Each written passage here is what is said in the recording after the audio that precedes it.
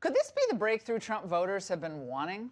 Well, House Majority Leader Kevin McCarthy introduced a bill earlier this week that would fund President Trump's wall on the southern border. But it's got to move fast.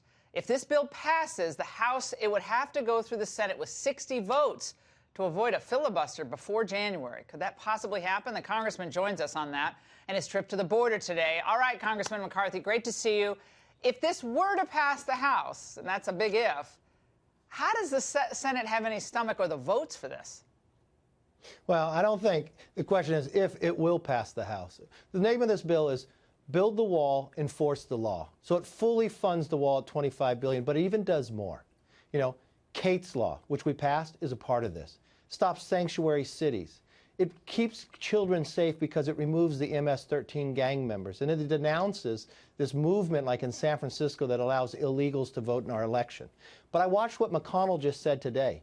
He said we're going to have a vigorous fight over the wall in December. And watching what this Senate was able to do with Kavanaugh, I believe this gives them the opportunity and the time to get this done once and for all.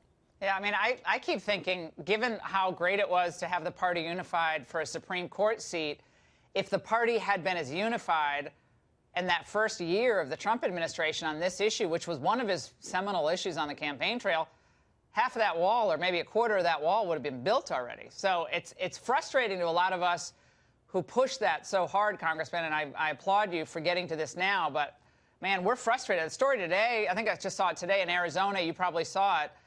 That a detention facility there was so full of all these people still streaming across the border, can't separate families, so they released, but so full, they just had to do a mass release. And that shouldn't be happening, not with this president. He doesn't want this stuff. No, and the battle when it came to Kavanaugh was the rule of law. It's one of the things that makes America the strongest. It breaks down our society, and our communities will not be safe if you can't secure your own borders. Think of the amount of fentanyl or the human trafficking that comes across modern-day slavery. Congressman, they do not care. They care more about their liberal social construct being foisted on America. Open borders, open markets, you know, redefining gender fluidity, whatever, throw it into the mix, whatever it is. It's not about the kids or the rule of law. They don't care about that. It's about redefining America as a borderless place that's no better than any other place on earth. That's what it's about. You are correct, Laura, and that's what this election is about. This is ability to build the wall and enforce the law, or didn't have a border with no border whatsoever, with allowing what they've done in San Francisco today, allowing illegals to vote in our elections, or when they want to eliminate ICE. I would wish every American would spend one day with a Border Patrol agent. I was down in El Paso. This was the first place that the Border Patrol began. They call it where the legend all began.